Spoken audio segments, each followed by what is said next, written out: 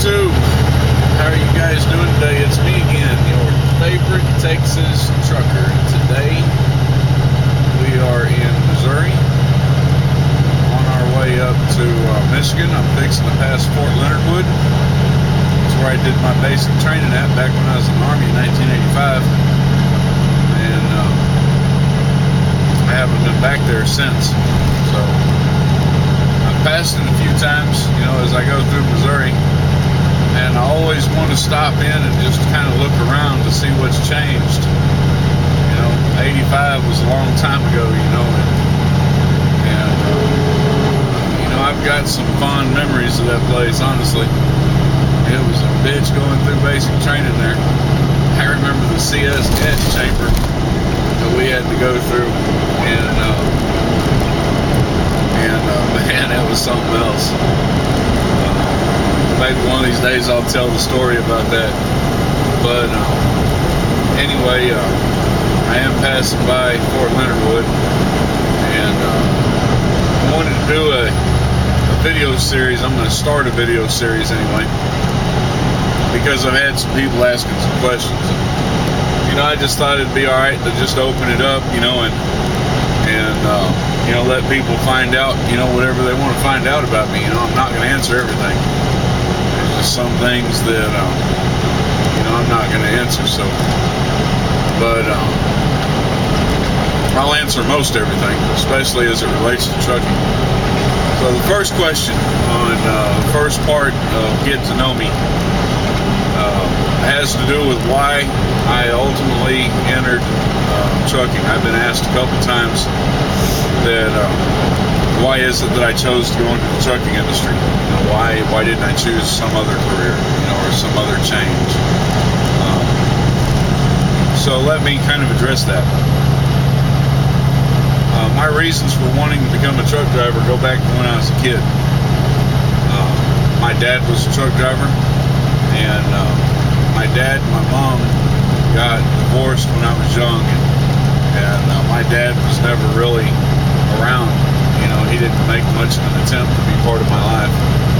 He moved on. He got a new wife. He got new kids. And he didn't need me anymore. But and there's a little bit of bitterness there about that. I ain't gonna lie. I never really got a chance to fix things. So, but regardless, when I was young, we were going through a time, and I was sent to live with my dad's parents, and my dad's parents sent me to live with my dad. So for a while I lived with my dad when I was young, and I went to work with him a lot. He's been a truck driver as long as I can remember. His whole life, or my whole life, pretty much he was a truck driver. And anyway, I went to go live with him, and I'd go to work with him a lot, and he was running local runs for, I want to say it was Central Freight. It may have been Global Freight.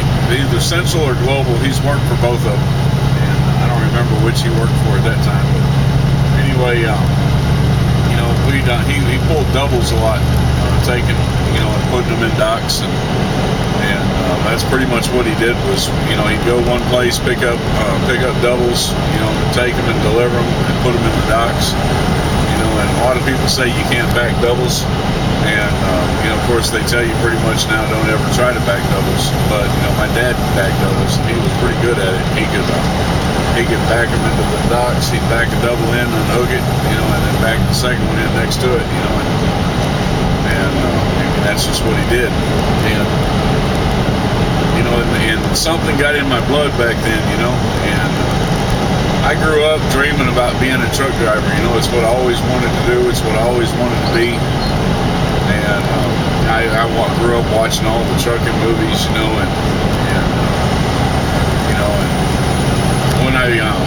when I joined the Army, I went in the Army as an engineer, and I ended up as a combat engineer. But just because of the way things worked at that time, I kind of got drafted into being a truck driver, and so I drove 920s old Vietnam era trucks, and varying heavy equipment and tanks onto the railhead so they could be put on trains and taken wherever it is that they were going. And then we'd drive, convoy to wherever it is that they were going, and then we'd unload them and, take them to, wherever. And, so I did a lot of that. Drove 5-ton dump, and it was converted into a troop carrier. So when I wasn't driving a 920, I was driving a 5-ton dump, and I even actually used it as a dump truck every now and again, maybe 3 or 4 different times. But, so, I had a little bit of experience driving trucks, and I chose to go to Fort Leonard Wood. I specifically asked to go to Fort Leonard Wood because it's not very far from Independence, Missouri, and I wanted to hook up with my dad again, try to fix things and make it right, so I hooked up with him during the Christmas Exodus in 1985 after I joined the Army, and I was in basic training. We had a 2-week break where we left, and I hooked up with him during that time, and again I went out to work with him the whole time that we were out, and and I loved it. I really enjoyed it. When I was out processing from the Army, I was in the process of going through a civilian truck driving school. I was going to be a truck driver, and some things happened in my life, and that's not something I really care to discuss, but some things happened in my life, and that kind of went downhill. Instead, I ended up becoming a tattoo artist a few years later, and that's what I've done pretty much since. I had my own tattoo studio. I ran it to the ground, mainly because the targeted audience, targeted clientele for us were mostly oil field workers. When the oil field kind of went under up in the North Texas area where I live at, we lost 60% of our business, and we never regained it. We just couldn't function on what we had left. So I took out loan after loan after loan, thinking that it'd get better, and thinking that if I just waited long enough, that oil field would open back up again, and we'd get that work back. And it just never happened, I should have quit when I saw it happening. I saw it happening, years ago. I knew that, what was going on, and I just had too much pride to give up. I thought I could fix it, and instead of, just going ahead and calling it and quitting, I made mistake after mistake and went, further and further into debt just because I couldn't allow myself to quit, and it ended up costing us a lot. And now we're in a situation where I'm about $20,000 in debt because of it, and so everything that I'm making right now is going into trying to fix my debt, and pay off what I owe. And